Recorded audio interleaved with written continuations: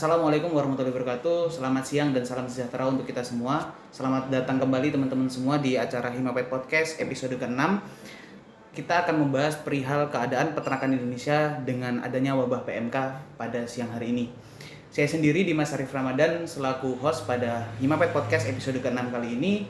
Kemudian kita mengundang pemateri yang expert di bidangnya dan disiplin ilmu kesehatan hewan, yaitu Dr. Hewan Madi Hartono MP. Assalamualaikum Pak. Waalaikumsalam warahmatullahi wabarakatuh. Ya, selamat siang Pak. Bagaimana keadaannya Pak? Keadaannya sehat walafiat. Alhamdulillah. Ya walaupun Indonesia sedang geger dengan adanya wabah PMK ini, semoga kita semua dapat sehat seterusnya. Topik kita kali ini Pak, yaitu tentang penyakit ternak yang sering terjadi dan penanganannya dengan mudah yang dilakukan oleh masyarakat umum, khususnya juga dokter hewan, serta penyakit ternak yang masih marak terjadi pada hari ini, yaitu tentang PMK. Yang pertama Pak, PMK itu kan pernah terjadi di Indonesia pada tahun 1887. Kemudian sebenarnya PMK itu apa sih Pak? Jadi PMK itu kepanjangan dari penyakit mulut dan kuku. Kenapa disebut dengan penyakit mulut dan kuku?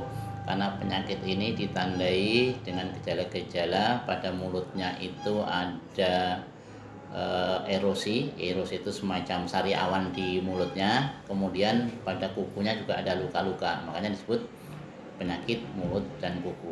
Nah, sejarahnya penyakit PMK ini tahun 1887 itu masuk Indonesia.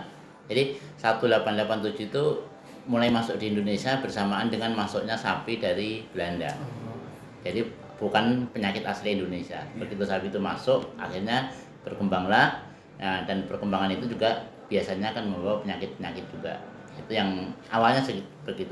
Tapi berkembangnya zaman pada tahun 1983 pemerintah gencar melakukan penanganan PMK ini, sehingga pada tahun 1886 Indonesia dinyatakan bebas PMK. Nah, sehingga 1986 itu tidak ada lagi penyakit PMK di Indonesia, dengan usaha pemerintah pada waktu itu dengan berbagai cara, dengan usaha yang keras akhirnya dinyatakan bebas. Itu dinyatakan dengan surat keputusan Menteri SK Menteri Pertanian nomor 260/1986. Kemudian pada tahun 1990 dengan resolusi nomor 11 dari OIE. OIE itu Organisasi Kesehatan Dunia. Nah, namun di tahun 2022 ini setelah kita dihebohkan dengan virus corona, kita dihebohkan dengan virus PMK ini, yang semua menjadi kaget, semua menjadi terkejut. Tapi dengan kesiapsiagaan, ya moga-moga nanti bisa cepat diatasi. Moga-moga ya. Amin Pak. Nah, berarti perlu butuh waktu yang lumayan lama Pak pada Indonesia zaman itu untuk lolos dari PMK. Tentunya dengan perkembangan zaman, apakah mungkin kita dapat lolos dari PMK ini secara lebih cepat gitu Pak? Semua akan bisa dilakukan asalkan semua stakeholder bekerja bersama-sama, bersinergi satu sama lain untuk menghentikan ini.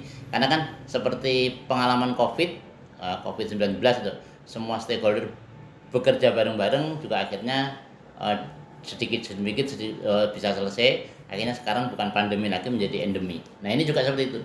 Harapannya kalau semua stakeholder peternakan bekerja bareng-bareng, semua satu komitmen untuk memberantas PMK bisa.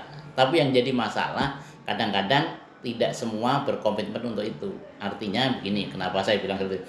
Kadang-kadang adanya musibah pada suatu kelompok, itu bagi kelompok yang lain menjadi berkah. Ini yang menjadi susah. Kenapa secara ekonomi nanti menjadi agak susah itu untuk diberantas dengan cepat. Tapi saya yakin dengan kesiapsiagaan pemerintah saat ini itu akan bisa diselesaikan dengan cepat gitu ya.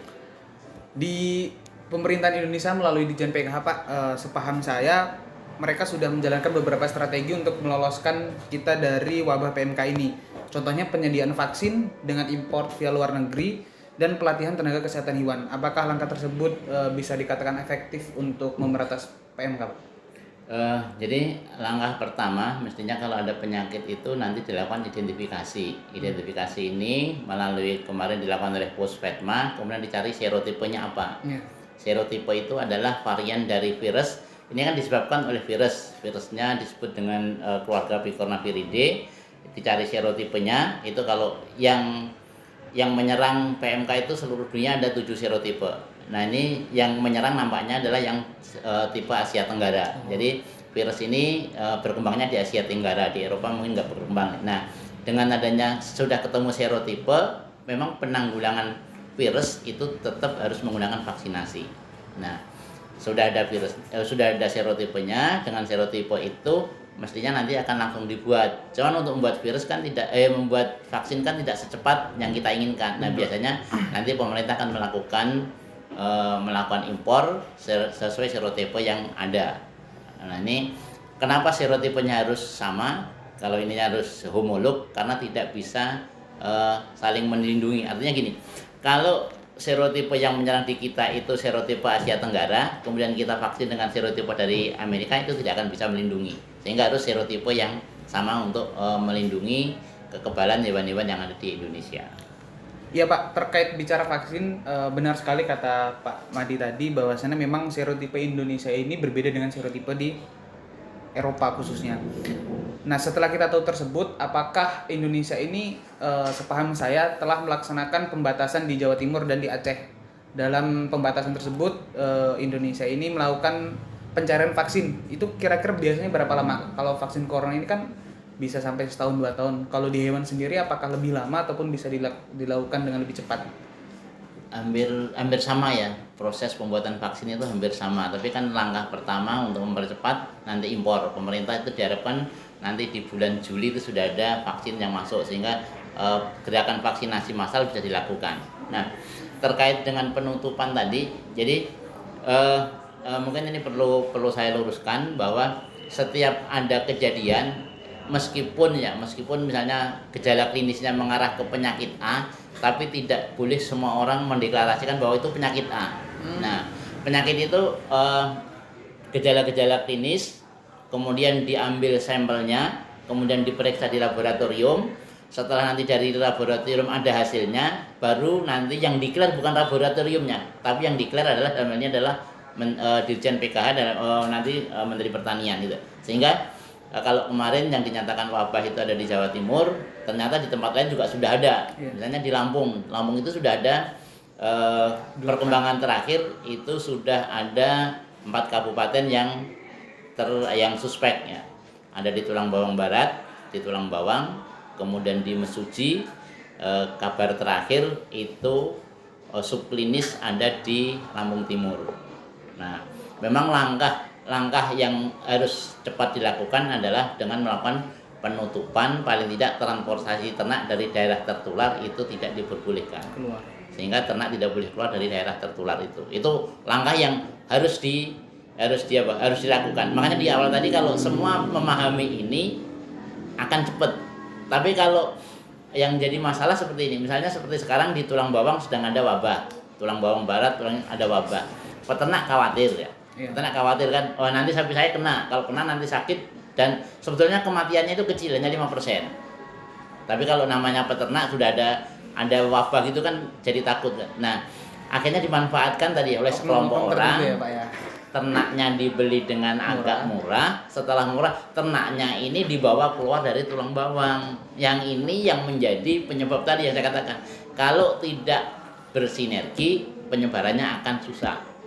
Makanya harus dengan tegas pemerintah, dalam hal ini mungkin Dinas Peternakan dibantu dengan kepolisian, karena yang boleh menghentikan lalu lintas ternak itu kan kepolisian, bukan Dinas Peternakan. Nah, ini harus bareng-bareng untuk menghentikan transportasi ternak itu. Kalau itu tidak dilakukan, ya tinggal kita tunggu waktu, akan menyebar kemana-mana. Ini yang perlu kita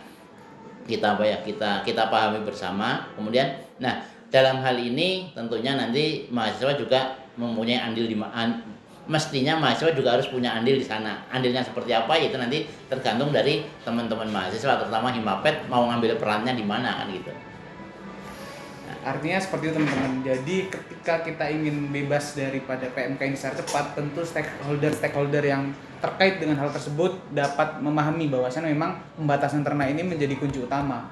Contohnya seperti isolasi manusia, ternak pun perlu diisolasi.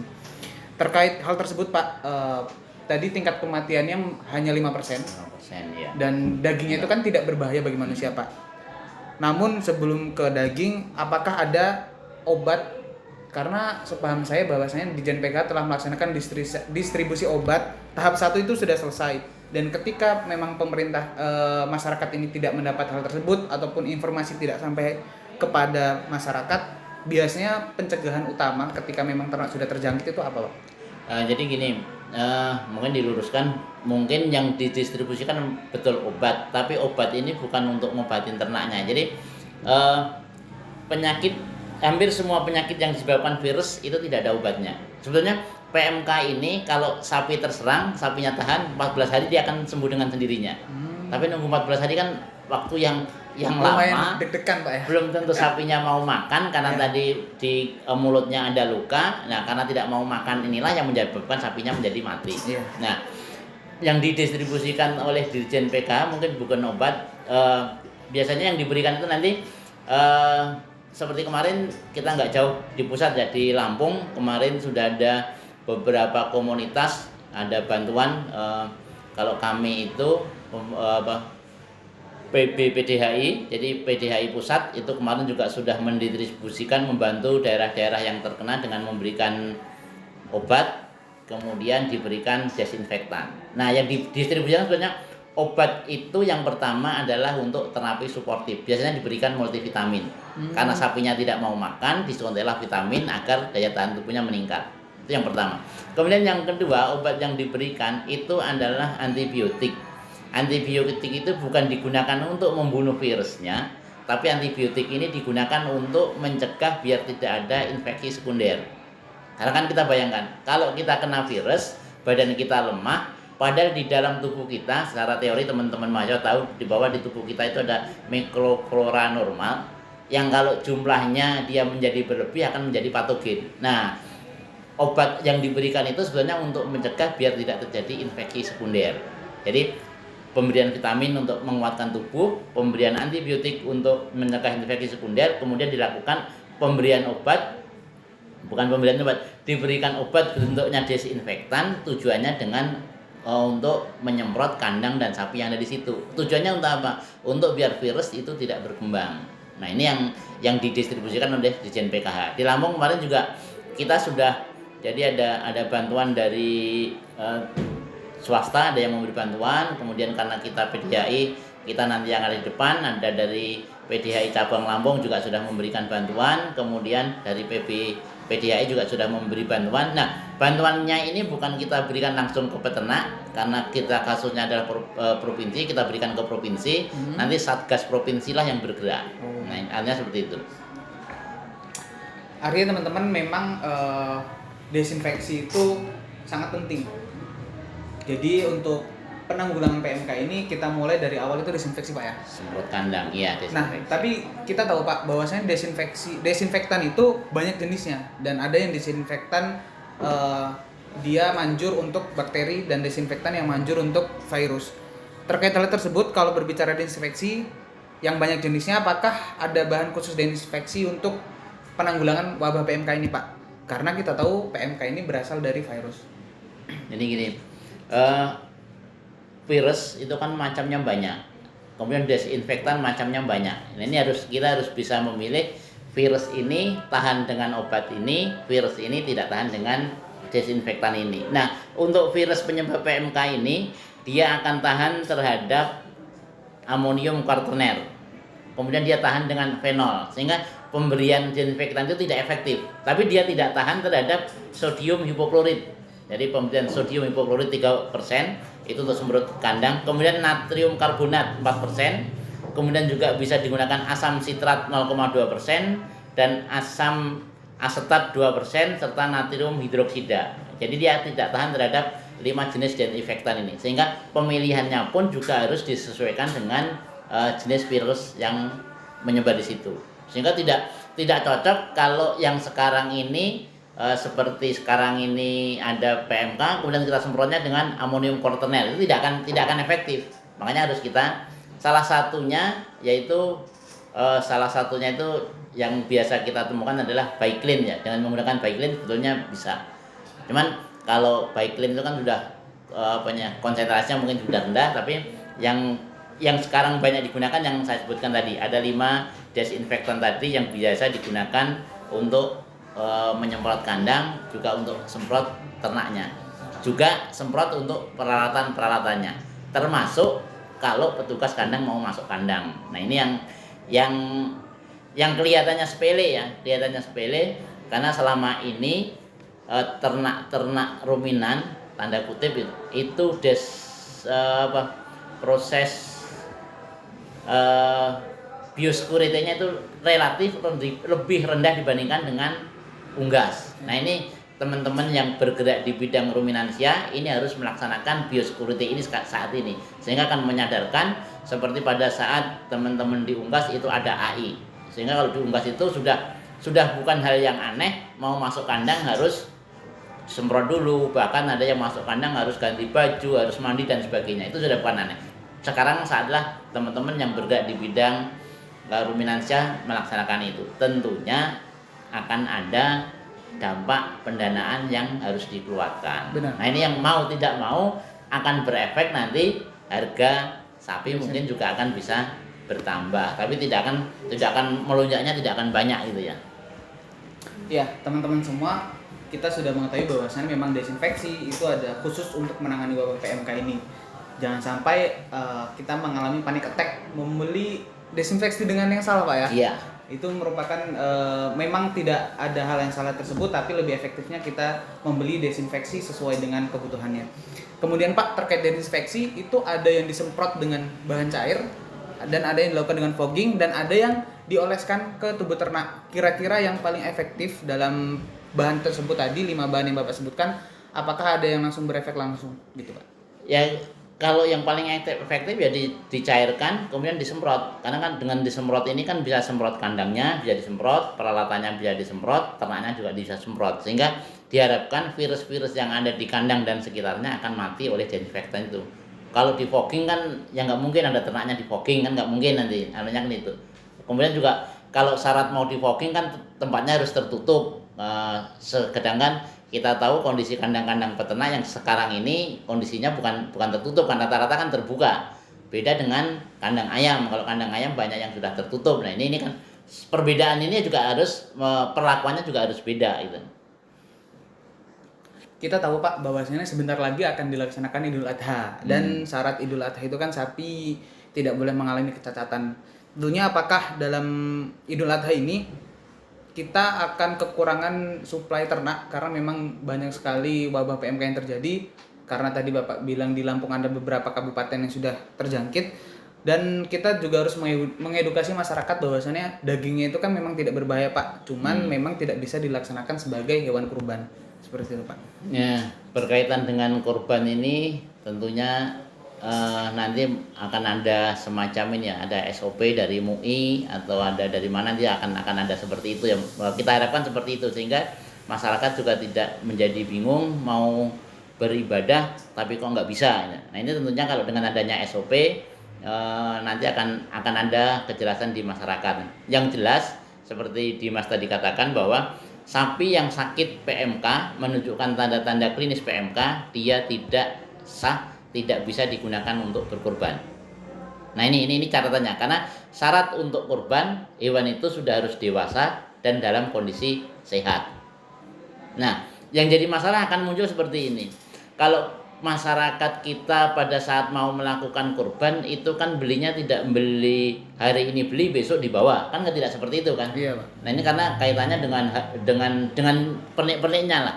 Biasanya kan di satu masyarakat mungkin di perumahan atau di masjid itu kan mereka iuran satu sapi, kalau sapi itu bisa 7 orang nanti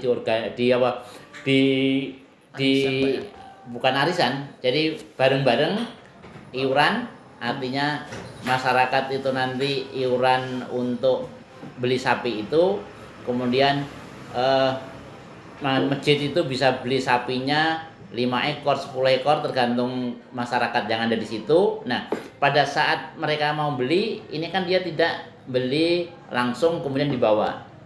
Nah, ini kan ada jeda waktunya. Nah, ini yang menjadi sebetulnya yang menjadi krusial itu adalah pada saat kita membeli hewan kemudian kita bawa ke masjid. Kalau kita bisa beli hari ini misalnya tanggal 9 atau tanggal 10 bisa itu Idul Adhanya, kita beli tanggal 8 kondisi sehat dibawa ke masjid nggak masalah. Nah, yang umum itu kan tidak seperti itu. Kita belinya jauh-jauh hari, mau dipakai korban tanggal 9 atau tanggal 10, kita belinya sudah 10 hari yang lalu atau 7 hari yang lalu. Nah, kalau 7 hari yang lalu kita beli masih sehat, dikumpulkan di kandang, kemudian di kandang itu ada penularan. Nah, pada saat dia mau kita potong, kondisinya dia tidak sehat, itu yang tidak boleh digunakan sebagai korban. Nah, ini yang harus diedukasi bareng-bareng gitu ya. Kemudian, dan terus langkahnya seperti apa? Langkahnya mestinya kalau masjid itu beli kemudian dititip ke pengumpul, ya kita harus memberi edukasi ke pengumpul bahwa agar penyakit itu tidak masuk ke kandangnya, mohon kandangnya selalu dilakukan semprot dengan menggunakan desinfektan tadi.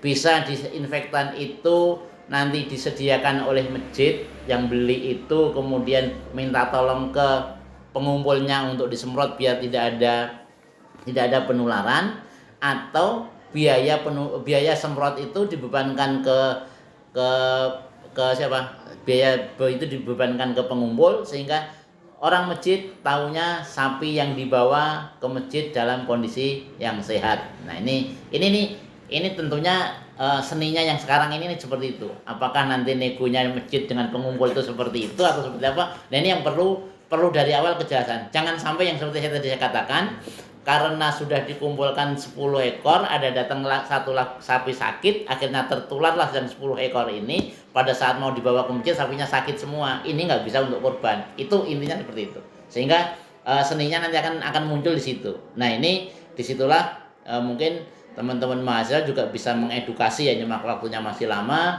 Mungkin nanti Himapet bisa memanfaatkan itu, artinya Himapet mungkin bekerja sama dengan masjid-masjid melaksanakan desinfeksi ke tempat-tempat yang menjadi penampungan atau seperti apa. Itu tolonglah, ini waktunya teman-teman Himapet untuk bisa berperan di dalam rangka pelaksanaan Idul Kurban yang akan datang.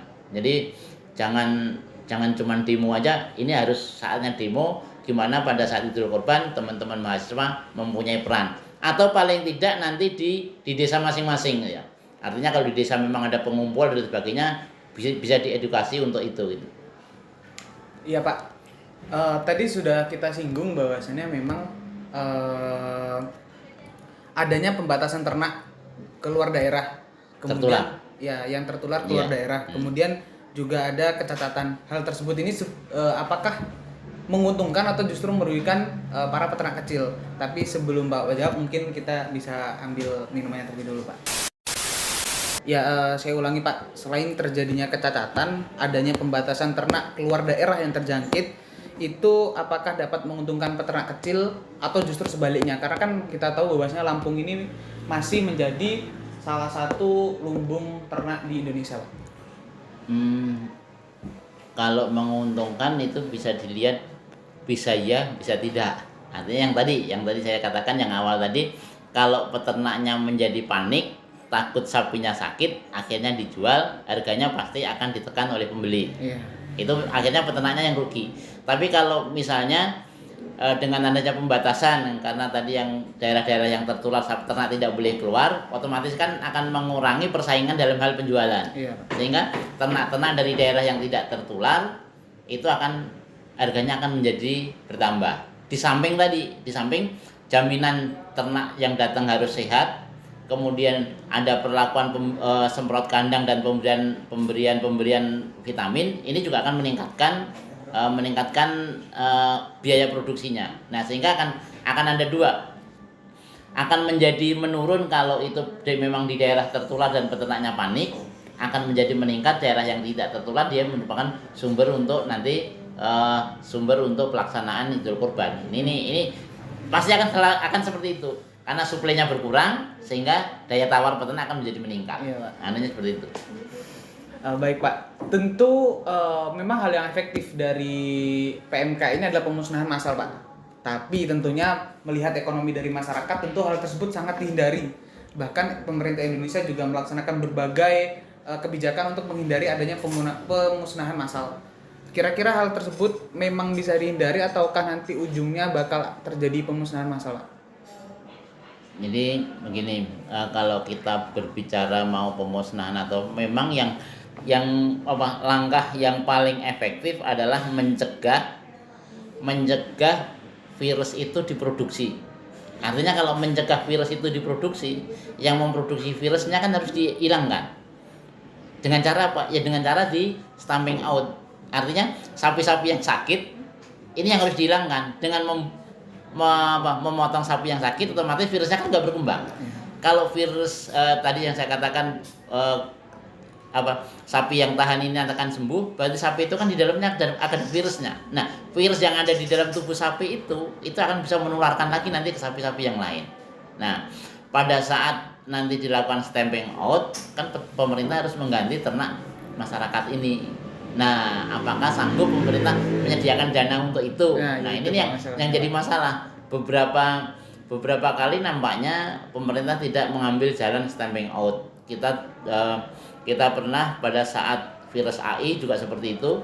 Virus AI merebak di Indonesia pada waktu itu juga tidak dilakukan stamping out, tetapi tetap akhirnya berdampingan dengan menggunakan vaksinasi. Tapi nanti dalam jangka perjalanannya nanti mungkin dengan divaksinasi, kemudian dengan stamping out mungkin pada khusus daerah-daerah tertular, moga-moga itu bisa dilakukan sehingga tadi catatan pertama yang saya katakan yang memproduksi virus harus dilakukan pemusnahan sehingga sapi yang sakit kalau bisa itu memang harus dimusnahkan. Nah ini mungkin perlu bekerja sama dengan berbagai pihak sehingga itu akan bisa cepat diatasi. Kalau bekerja sendiri-sendiri akan menjadi lama dan akan susah untuk dibebaskan seperti tahun 86. Poin penting yang selanjutnya Pak, apakah dengan ternak itu terjangkit virus PMK itu dapat memudahkan penyakit lain untuk menyerang ternak tersebut? Karena seperti Bapak bilang tadi, ketika sariawan ternaknya pun tidak mau makan gitu Pak. Apakah dapat mempermudah ternak untuk terjangkit virus lain atau penyakit lain? Otomatis setiap kalau teorinya, kalau teman-teman yang sudah mengambil kuliah kan ada yang saya katakan segitiga sama sisi ya, antara hospesnya atau inangnya, kemudian lingkungan dan bibit penyakit. Ini 3 hal yang tidak bisa kita hindarkan. Kalau hospesnya terkena virus, berarti kondisi tubuhnya akan menurun. Begitu kondisi tubuhnya menurun, kalau ada bakteri yang masuk ke dalam tubuh itu, tentu pertahanannya turun. Begitu pertahanannya turun, berarti sakit atau penyakit yang lain akan mudah masuk. Nah ini, makanya saya katakan tadi, kenapa pemerintah ngirim obat? Ini kan kadang-kadang kan menjadi virus kok diobati. Sebetulnya memberikan obat itu bukan untuk membunuh virusnya, tapi untuk mencegah biar bakteri yang lain tidak berkembang atau penyakit yang lain tidak berkembang dengan cara mencegah itu. Sehingga apa? Sehingga tadi ada virus, bakteri yang lain tidak berkembang, diberikan multivitamin sehingga daya tahannya tubuh kuat. Begitu sampai 14 hari virusnya sudah berkurang atau sudah hilang, kemudian si sapinya bisa kembali sehat. Ini harapannya seperti itu. Sehingga makanya terapinya disebut dengan terapi suportif, terapi dengan memperkuat kondisi tubuh si hewan yang terkena sakit itu. Baik Pak, mungkin sudah cukup panjang terkait kita pembahasan perihal PMK ini. Mungkin dari Dr. Hewan Madi Hartono MP dapat memberikan closing statement dan pesan-pesan terhadap masyarakat dan pemerintah tentunya, dan khususnya kami sebagai mahasiswa peternakan, langkah apa yang dapat dilakukan untuk segera kita lolos dari wabah PMK ini Pak? Nah,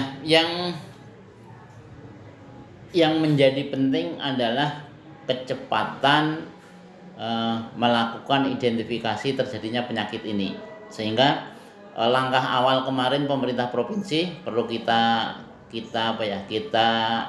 acungi jempol ya. Begitu terdengar ada gejala-gejala di tulang bawang barat, pemerintah provinsi, kemudian dalam hari ini Dinas Peternakan Provinsi dengan Balai Veteriner langsung turun lapang mengambil sampel, kemudian diambil, kemudian untuk diidentifikasi ternyata suspek PMK. Nah, begitu itu terjadi langsung dilakukan rapat, kemudian dibentuk Satgas Provinsi. Nah, Satgas Provinsi ini tentunya mempunyai peran yang tidak kecil.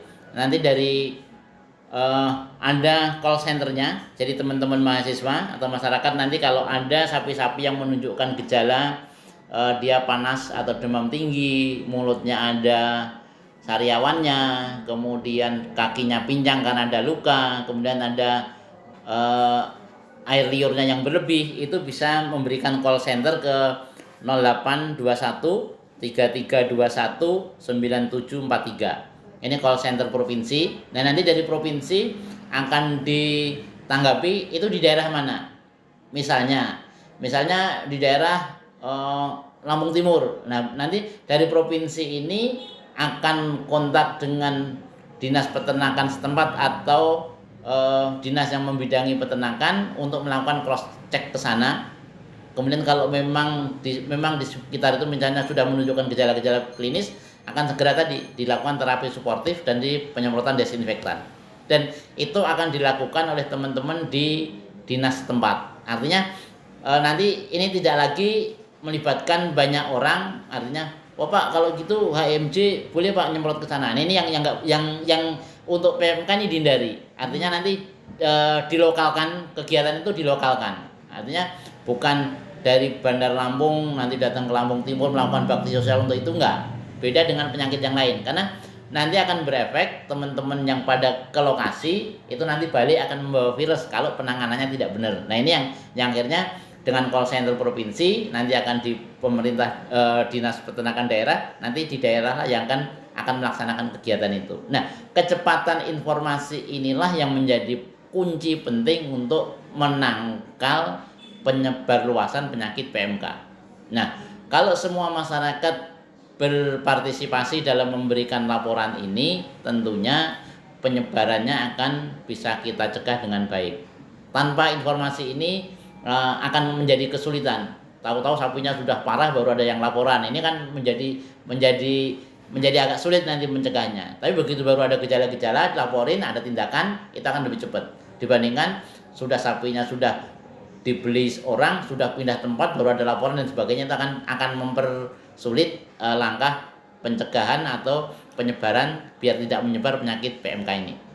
Jadi closing statement saya, manfaatkan atau bantu pemerintah untuk mencegah penyebaran PMK dengan memberikan informasi ke call center yang sudah ada kalau menunjukkan gejala-gejala sapi berindikasi PMK. Mungkin itu yang bisa saya sampaikan. Terima kasih ya.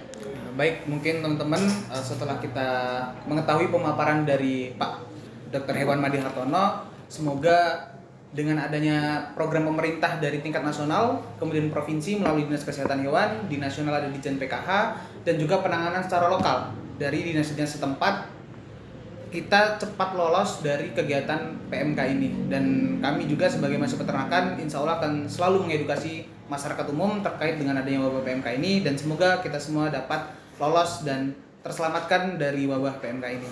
Mungkin cukup dari saya sebagai host di acara Himapet Podcast episode 6. Kita ketemu lagi di Himapet Podcast episode 7. Saya ucapkan terima kasih kepada pemateri yaitu Dr. Hewan Madi Hartono MP. Saya akhiri. Wassalamualaikum warahmatullahi wabarakatuh.